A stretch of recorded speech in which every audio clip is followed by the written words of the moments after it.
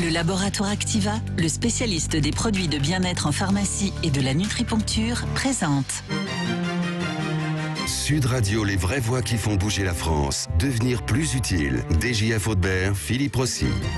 Bienvenue à vous, 19h27 sur Sud Radio. Chaque mercredi soir, c'est devenir plus utile. C'est la mission que l'on s'est donnée avec vous, mon cher DJF Audebert. Et oui, Philippe, bonjour à tous. Notre mission, si vous l'acceptez, c'est effectivement allier l'utile à l'agréable et apporter notre part à l'édifice sociétal. Et oui, une contrepartie à notre présence pour rendre notre monde meilleur. Alors, l'utilité, vous le savez, j'espère, c'est le principe que toute action doit être acceptée ou désavouée selon sa tendance à augmenter ou diminuer le bonheur des parties en présence.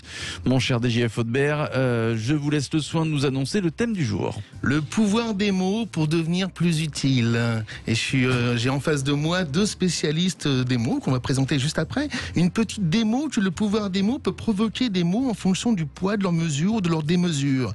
Ils ont le pouvoir de transformer en instant le lait en beau et peuvent être blessants pour les petits ou les grands en vous laissant en joie ou en lambeaux avec des bobos.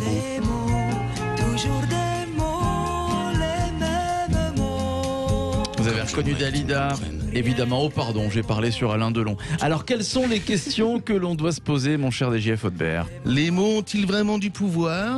Je pense que oui. Réduire le nombre de mots que nous utilisons comme c'est de plus en plus le cas. J'arrive pas, je bégaye avec mes mots. Est-ce réduire notre pensée et notre façon d'exprimer nos idées que de ne pas avoir assez de mots? Les mots négatifs nous pourrissent-ils la vie? Les mots positifs nous embellissent-ils la vie? Est-ce que nos paroles dépassent souvent nos pensées ou est-ce le contraire? Et à cela donc, des réponses, nous allons les explorer avec nos invités que je vous présente tout de suite et c'est un plaisir. La parolière Marie Bastide qui écrit des textes notamment pour les interprètes que je vais citer, mais il y en a d'autres, Calogero, Florent Pagny, Julien Clerc, Louane, Céline Dion, bien d'autres artistes. Bienvenue à vous, Marie Bastide. Merci. Le romancier Bernard Werber est avec nous. Bernard Werber qui s'était fait connaître, vous vous en souvenez, c'était en 1991, avec son roman Les Fourmis, vendu à plus de 20 millions d'exemplaires, traduit dans de multiples pays et qui, après un nombre impressionnant de romans, est devenu une valeur sûre de l'édition française. Et ça n'a pas changé. Vous venez de publier en septembre dernier La prophétie des abeilles. C'est aux éditions Albin Michel, mais avant tout, DJF Audebert, vous avez interviewé un artiste qui est très cher à notre cœur. Oui, il ne nous parle pas aujourd'hui de Mélissa Métis d'Ibissa, mais de sa conception des mots, de l'utilité et bien sûr de Marie Bastide. Julien Clerc au micro. Julien, bonjour. Bonjour. Est-ce que la chanson est une des meilleures façons pour vous de véhiculer le pouvoir des mots? Ah bah oui, évidemment. Moi, j'avais un père qui a fait des études de lettres, qui était professeur d'ailleurs de lettres. Et malheureusement, à l'époque, je ne répondais pas complètement à ses attentes pour avoir le même goût que lui pour la poésie. Mais après, plus tard, son combat, on peut dire, pendant toute mon adolescence, a fini par payer parce que quand j'ai commencé à chanter, que je n'écrivais que des musiques, et évidemment, j'ai été en recherche de mots toute ma vie d'artiste, à partir de l'âge de 21 ans, quand j'ai commencé. Ma recherche a toujours été de trouver des auteurs. Donc les mots, et en particulier leur pouvoir poétique, si c'est possible dans la chanson, ont toujours été très importants pour moi, puisque j'ai toujours recherché des auteurs, et j'ai eu de la chance parce que j'ai rencontré des auteurs de qualité. Est-ce que aussi, de temps en temps, vous cherchez à créer ou pas la polémique, comme certains chanteurs, avec les mots? Non, jamais. Non, je suis guidé par une seule chose, c'est le style de l'auteur, la qualité, la façon de raconter quand c'est une histoire, ou sinon, j'ai envie de vous dire, la façon de mettre les mots les uns derrière les autres en langue française, et surtout, que ce soit des mots qui m'inspirent des musiques, évidemment. Bien sûr. Vous avez écrit Utile avec Étienne Rodagil, et une phrase dit « Je veux être utile à vivre et à rêver ». Est-ce que le bonheur aussi est important à véhiculer dans les chansons? Est-ce utile? Oh oui, quand même, parce que la chanson, ça peut être tellement de choses, une chanson, mais ça peut parler de tellement de choses, de tellement de sujets, et surtout, parfois même du même sujet, comme l'amour, par exemple, sous des formes absolument multiples et différentes. mais quand même, malgré tout, je pense à la scène quand je vous dis ça. Je pense que la scène est là pour apporter du bonheur aux gens, et les faire, on va dire, leur faire oublier un moment la vie réelle. Marie Bastide est en studio avec nous, c'est une de vos auteurs fétiches. Pourquoi est-elle devenue justement une de vos auteurs préférées ? Parce que vous savez, je vous disais tout à l'heure que toute ma vie, j'ai donc recherché des auteurs. J'ai commencé par des gens qui étaient de ma génération. Et puis après, malheureusement, la vie m'en a enlevé certains.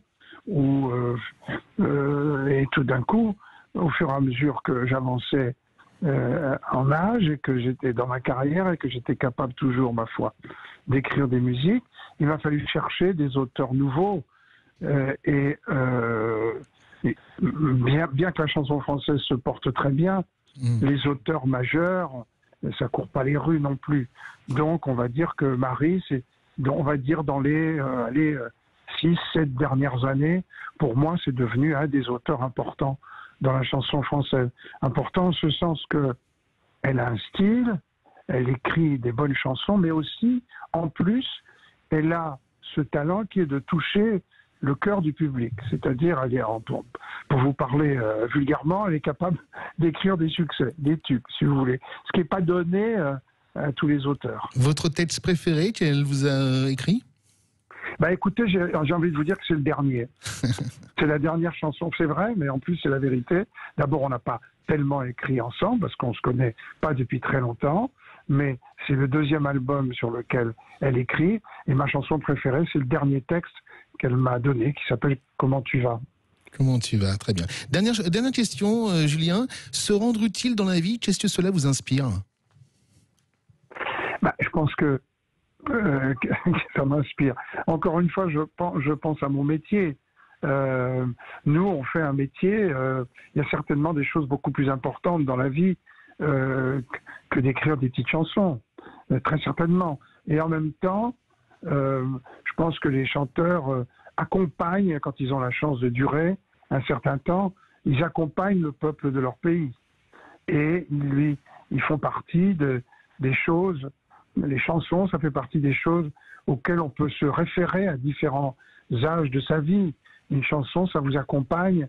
Les chansons qui ont la chance de trouver le chemin du cœur du public, ça accompagne le public toute sa vie. C'est ça notre utilité, en fait. Alors, je pense qu'il y a des choses plus utiles dans la vie, mais cependant, je crois que tous les gens, le métier du spectacle, et la chanson en particulier, c'est très utile pour vivre mieux, on va dire. Tout à fait. Merci Julien, merci d'avoir répondu à nos questions et à très vite. Merci, c'est très gentil. Merci à vous. Merci beaucoup, merci. Je veux être utile à vivre et à rêver. Et on remercie Julien Clerc de s'être livré. Julien Clerc sur Sud Radio. On retrouve nos invités tout de suite. On les retrouve, Marie Bastide et Bernard Werber.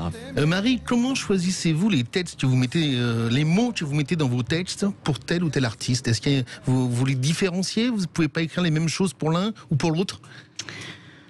C'est une bonne question. Je sais pas trop. J'y réfléchis pas. C'est pas conscient. En fait, je pense beaucoup, et c'est drôle parce que Julien, dans ce qu'il vient de dire, parle du peuple français. En fait, quand j'ai la chance d'écrire pour des artistes qui ont une audience aussi grosse que Julien Clerc ou Calogero ou d'autres, je pense beaucoup à la France, en fait, à ma communauté française, aux gens, à la société, et je me dis qu'est-ce que les gens ont besoin d'entendre. Et c'est vrai que je pense souvent au côté utile d'une chanson. C'est vraiment un de mes axes d'écriture et ce pourquoi je fais ce métier. Et du coup, je me dis voilà, quel est le public de Julien, qui sont les gens qui vont l'écouter, qu'est-ce qu'il peut faire passer comme message. Donc c'est plus ça que vraiment me dire à ce mot-là. Il y a des mots qu'il pourrait pas dire évidemment, mais c'est très simple, ça vient naturellement. Alors Bernard Werber s'est endormi, il est en pleine sieste. On est bien là. J'écoute les paroles de Marie Bastide, je me laisse bercer par ses paroles, par ses jolis mots. Bernard, vous avez fêté hier chez Albin Michel 30 livres, 30 ans, c'est juste incroyable. Combien vous avez employé de mots dans tous vos romans ? Ça doit être énorme. Ah c'est marrant parce que je fais des régressions dans les vies antérieures et je me suis aperçu que l'un des problèmes quand comment dire, quand on est paysan ou qu'on est, on n'est pas éduqué, qu'on n'a pas accès. C'est le manque de vocabulaire pour exprimer les émotions. Et donc, dans Prophétie des abeilles, il y a un de mes personnages qui s'aperçoit, parce qu'il ne sait ni lire ni écrire, il s'aperçoit que quand il ressent quelque chose, il n'a pas le mot pour l'exprimer, et ça l'énerve. Et je crois que beaucoup de nos ancêtres, manquant précisément de vocabulaire, et ils donnaient les coups de massue sur la tête de l'autre parce qu'il n'arrivait pas à trouver le mot pour exprimer l'émotion qu'il voulait donner. Bon, ça arrive encore peut-être aujourd'hui, souvent, je pense. Mais je crois que le problème du vocabulaire est un problème de société. C'est-à-dire que dans les gens qui vont pas longtemps à l'école, au bout d'un moment, ils n'ont pas les mots pour pouvoir exprimer ce qu'ils ressentent. Ça les énerve et ils deviennent violents. Donc il faudrait déjà donner envie aux gens de se dire, plus vous avez, enfin aux jeunes notamment, plus vous avez de capacité à nuancer votre pensée, plus vous pouvez vous faire comprendre. Si vous n'êtes pas capable de nuancer votre pensée, vous allez foncer automatiquement à des trucs simples et donc vous allez vous caricaturer vous-même. Donc l'intérêt d'avoir les bons mots, c'est peut-être de sauver sa peau. Vous faites des recherches pour chaque univers parce que évidemment le lexique des fourmis n'est pas le même que celui des abeilles, par exemple. Là, la prophétie des abeilles, ça parle de 3 thèmes. En effet, les abeilles, les Templiers et l'hypnose. Donc l'hypnose, je la pratique. J'ai un spectacle qui est aux 3 Baudets 1 fois par mois. 3 Baudets à Paris, donc. Voilà, c'est l'hypnose régressive. Les Templiers, je me suis aperçu qu'en fait, on sait beaucoup de choses sur les Templiers. C'est un sujet sur lequel énormément d'historiens se sont déjà penchés. Donc, en général, je prends mes documentations de manière orale. Parce que tout ce qui est écrit, n'importe qui peut accéder à des livres ou à Internet. Donc, j'essaie de discuter avec des gens qui sont intéressés à ça. Et quant aux abeilles, j'ai fini par m'acheter une ruche et pour les observer. Et je crois que la meilleure manière de se renseigner sur quelque chose, c'est de l'observer vivant et pas d'aller voir un spécialiste forcément. Marie, les chansons, ce sont des petits romans ? Oui, ça peut. Pas toujours, mais c'est vrai que moi j'aime bien voir dans chaque chanson une histoire avec parfois des personnages, avec des scènes, des images bien précises des endroits où ça se passe, avec un début, une fin, avec une narration, avec quelque chose qui se passe. Est-ce qu'il y a déjà des interprètes pour qui vous avez écrit, qui ont mal reçu le texte ou qui l'ont reçu d'une manière différente de ce que vous attendiez ? Alors, des interprètes, et après, c'est aussi les gens. Souvent, c'est très surprenant comment un texte est reçu, interprété, et puis parfois, et très souvent même, j'écris quelque chose et je comprends ce que j'ai écrit bien longtemps après, ou les sens cachés, ou enfin voilà, il y a toujours des couches qui sont pas conscientes. Il y a aussi des choses qu'on n'entend pas. Enfin voilà, il y a plein de surprises dans des chansons, mais il y a parfois, quand c'est trop proche de l'interprète, ce que j'écris, il peut y avoir un mouvement de recul. Ça lui ressemble trop, c'est trop intime, donc il va peut-être pas le prendre ou le mettre à distance parce que du coup, c'est trop. Justement, c'est pas assez un roman et ça lui ressemble tellement que du coup, ça devient compliqué à. Ça a été parfois des raisons pour lesquelles ça a peut-être pas fonctionné avec 1 ou 2 interprètes sur 1 ou 2 titres, mais sinon, en général, ça passe. Par exemple, la chanson de Calogero, à un moment donné, sur Grenoble, c'est vous qui l'avez écrite ? Oui. Alors ça vient d'un désir profond et de quelque chose qui le tourmentait. C'était cette histoire-là, le préoccupait beaucoup. C'était sa vie. Plus jamais ça. Oui, alors ça s'appelle Un jour mauvais endroit, mais oui, c'était ce fait divers qui a eu lieu dans sa ville d'enfance. Il m'en parlait beaucoup. Chirol. C'était quelque chose qui l'obsédait, mais qui le tourmentait énormément. Et donc, du coup, on s'était dit, il faudrait faire une chanson, mais c'est très compliqué de faire une chanson sur un truc aussi grave, dur. Qu'est-ce qu'on dit ? On n'avait pas forcément le bon axe au départ, et puis c'est venu, mais c'était un souhait de sa part au départ. Bernard, comment vous choisissez vos mots pour les romans ? Est-ce que vous avez un dictionnaire des synonymes ? Comment ça se passe ? Alors moi, je suis dans l'art du conteur. Peut-être c'est le lien que j'ai avec Marie. Pas le compteur, le compteur Gégère, le compteur. C'est la même chose, compter les chiffres et compter les lettres. Mais non, c'est exactement comme si j'étais au coin du feu, que je racontais l'histoire en chuchotant. Alors là, j'ai pas de dictionnaire, pas de truc, je parle. Et j'écris d'ailleurs très vite. C'est-à-dire que j'ai appris à taper à la machine à écrire, pur hasard, je ne sais pas pourquoi j'ai fait ça quand j'étais petit, donc j'ai appris à taper avec les 10 doigts. Donc pratiquement à la vitesse où je parle, j'écris. ce qui me permet de faire à peu près 10 pages par jour, mais je ne me demande jamais comment faire des jolis mots, comment faire des jolies phrases, je m'en fous complètement. Je suis dans qu'est-ce qui va arriver au personnage, bon sang, il faut que je trouve une manière de surprendre le lecteur. C'est plutôt, en fait, ça ressemble plus à du scénario de film. Et j'ai des images dans la tête, et c'est pour ça que le lecteur normalement va avoir les mêmes images.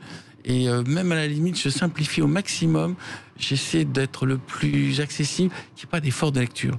Et pour moi, un bon livre, c'est un livre dans lequel on ne se dit pas il faut que je fasse un effort pour comprendre, il faut que je prenne un dictionnaire. Il faut juste écouter la petite voix de l'auteur et puis basta. Petite question, on a pu, Marie, vous avez déjà lu un roman de Bernard ou pas ? Bien sûr, j'avais lu Les Fourmis à l'époque. J'ai lu aussi Les Thanatonautes.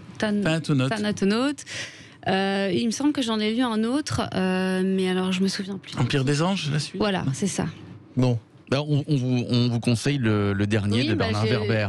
Voilà, La prophétie des abeilles, aux éditions Albin Michel. Ouais. Restez avec nous, tiens, Bernard Werber, vous restez également avec nous, Marie Bastide. On va se retrouver dans quelques minutes avec Dominique Abbas. C'est le grand gagnant du concours d'éloquence international 2021 organisé par la Sorbonne. Oui, nous allons le rejoindre au berceau de la pyramide des mots, en direct du Caire, où il suit des études de sciences politiques. Restez avec nous, on revient très vite.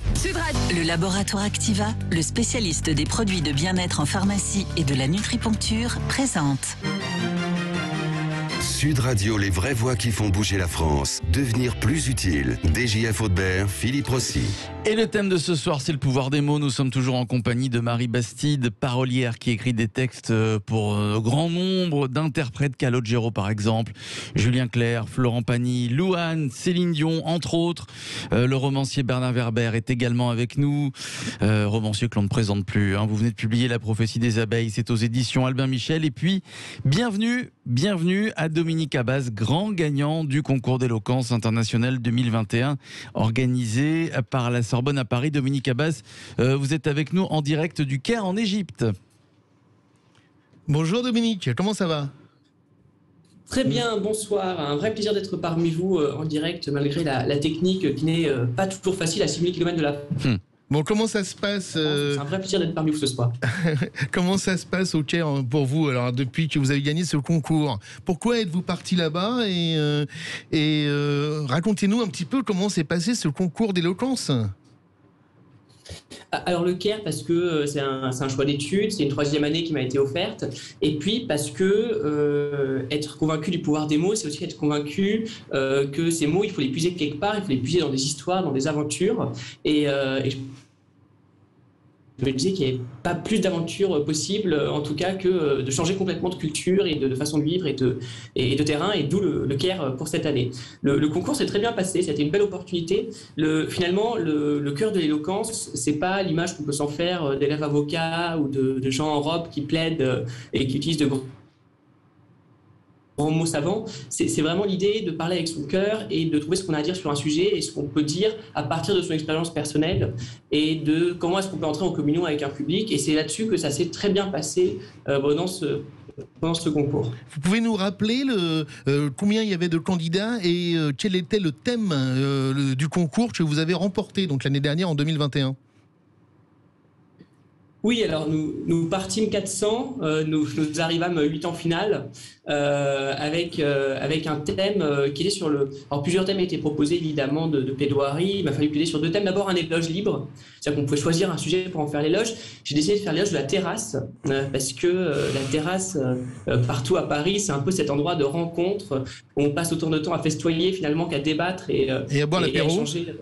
Et à boire l'apéro, c'est un bel endroit pour boire l'apéro et c'est vrai que c'est peut-être aussi ce qui peut me manquer cette année au Caire, mais en tout cas c'est un beau lieu de vie française. Et puis un sujet de plaidoirie sur la question du bonheur et de comment atteindre le bonheur. Faut-il courir après le bonheur ou au contraire se sauver de peur qu'il ne se sauve, et donc une belle réflexion sur finalement là où il faut aller avec le pouvoir des mots et là où il faut aller chercher le bonheur. Je vais demander à Bernard et à Marie, est-ce que vous auriez pu remporter un concours d'éloquence, Marie, pour commencer ? Moi j'aurais adoré être avocate. Je pense que si j'avais pas écrit, pas seulement l'avocat. Oui, mais donc du coup j'aurais adoré cette compétition. Je trouve ça, enfin ce jeu, cette joute oratoire, je trouve ça génial. J'ai regardé du coup le concours qu'il a gagné et c'est vrai que c'est génial. Je sais pas si j'aurais réussi, mais j'aurais adoré. Bernard ? Moi aussi, je suis admiratif des gens qui arrivent à faire ces concours d'éloquence. Mais non, je ne pense pas que j'aurais été très bon, parce que dès qu'il y a un concours, de toute façon, dès qu'il y a une compétition, ça m'intéresse plus. mais par contre, je trouve que c'est l'art du conteur, c'est l'art de faire rêver, et c'est important que ça existe. Et bravo encore, monsieur. Philippe Rossi, vous auriez pu remporter le concours d'éloquence? Ah, je sais pas. Mais en tout cas, concours écrit sûrement. Ouais, parce que j'écris peut-être mieux que je ne parle. Mais c'est vrai que en tout cas, bravo à vous, Dominique Abbas. Il y a un film d'ailleurs qui a été fait avec Daniel Auteuil et Camélia Jordana, où c'est une comédienne, Camélia Jordana, voilà, vous la connaissez tous. Et donc, elle joue une fille de banlieue qui au début s'accroche un peu avec son professeur de français, qui lui propose de passer le concours d'éloquence, et elle le remporte haut la main. Votre histoire m'a fait penser un petit peu à ce film. Ouais, le film d'Yvan Attal. Exactement, voilà. Dominique, est-ce que vous écrivez vos idées avant de les transmettre par oral? Est-ce que vous prenez des notes quand même un petit peu, ou alors vous y allez vraiment à l'impro, comme on peut dire? En fait, l'impro se prépare, on ne saurait improviser complètement. Le plus important, finalement, c'est la réflexion personnelle. Et c'est vrai que quand on commence, les premières fois, on vous demande d'écrire un discours, vous mettez devant votre ordinateur, vous passez une semaine devant votre ordinateur à avoir des sueurs froides, à vous demander ce que vous allez pouvoir dire. Et ce que j'ai fait pour cette finale, ça a été l'inverse complet, c'est que j'ai pris une semaine de vacances, où je n'ai rien fait. Je suis allé dans le sud avec des amis, et j'ai réfléchi sur ce que je pouvais bien avoir à dire moi sur le bonheur que quelqu'un d'autre n'aurait pas pu dire. Et finalement, j'ai trouvé dans mon expérience personnelle, dans le parcours de vie que j'ai eu la chance d'avoir. Et c'est à partir de cette réflexion-là qu'on pose des mots, on pose des idées, des réflexions, et puis à un moment on l'organise. Mais le plus important, c'est vraiment de trouver ce qu'on a à dire, et à partir de là, le reste, c'est de la technique qui se mêle à un peu de poésie, un peu de sens poétique qu'il faut aller chercher à droite, à gauche. Alors, on va demander à nos 3 invités dont vous faites partie, Dominique, en 3-4 mots, qu'est-ce que le bonheur vous inspire? Alors, Marie Bastide. Qu'est-ce que le bonheur m'inspire? Une chanson peut-être? Oui, après c'est vrai qu'on est plus inspiré par des choses qui tourmentent que par le bonheur pour écrire, mais en tout cas on tend vers ça. Donc on essaye d'inspirer le bonheur, justement, c'est dans l'autre sens, mais le bonheur, je pense que c'est pas une condition, c'est un état, c'est-à-dire qu'il faut être ouvert au bonheur tout le temps, quoi qu'il se passe. On reconnaît le bonheur au bruit qu'il fait en partant. Bernard, le bonheur? Pour moi, je dirais, comme ça spontanément, l'harmonie. C'est-à-dire le moment où on n'a plus envie de conquérir quoi que ce soit, on n'a plus peur de perdre quoi que ce soit. On est dans un état de flow, c'est-à-dire on se laisse porter comme un bouchon par la rivière, et du coup, il n'y a plus de peur. Voilà. C'est beau, hein? Dominique, qu'est-ce que vous leur avez dit pour gagner le concours, alors, en quelques mots, là? Qu'est-ce qui a fait la différence avec votre challenger sur le ring? Je crois que de souvenir, j'ai dû dire qu'il fallait courir après le bonheur pour la simple raison qu'il ne viendrait pas à nous tout seuls. Et parce que le bonheur, c'est jamais... Alors certes, c'est un état, mais c'est un état qu'on n'atteint jamais, c'est un horizon, c'est lointain. C'est une ligne de mire, c'est là où on espère aller. Et finalement, le bonheur, on le trouve davantage dans le trajet, dans le chemin, dans les rencontres qu'on fait en essayant de le trouver dans ce partage. Et c'est pour ça que je rejoins complètement ce que Bernard vient de dire, Bernard Werber, sur cette harmonie. Au-delà de l'harmonie, c'est le partage. Et il n'y a pas de plus beau moment de bonheur que celui qu'on partage, que ce soit avec ses proches, que ce soit avec un inconnu dans la rue. Et je pense aussi, c'est une expérience que je fais cette année, quand on change complètement de paradigme, quand on change complètement de milieu, et qu'on on est avec des gens qui n'ont pas du tout les mêmes façons de faire, les mêmes façons de penser que vous, les mêmes façons de vivre, les mêmes niveaux de vie aussi. On s'aperçoit vraiment que finalement partager des moments communs, créer cette harmonie-là, c'est ça le bonheur. Comment vous communiquez donc au Caire? Quels sont vos mots? C'est la langue des signes, ou alors c'est en anglais? Vous avez appris quelques notions d'arabe? Comment ça se passe?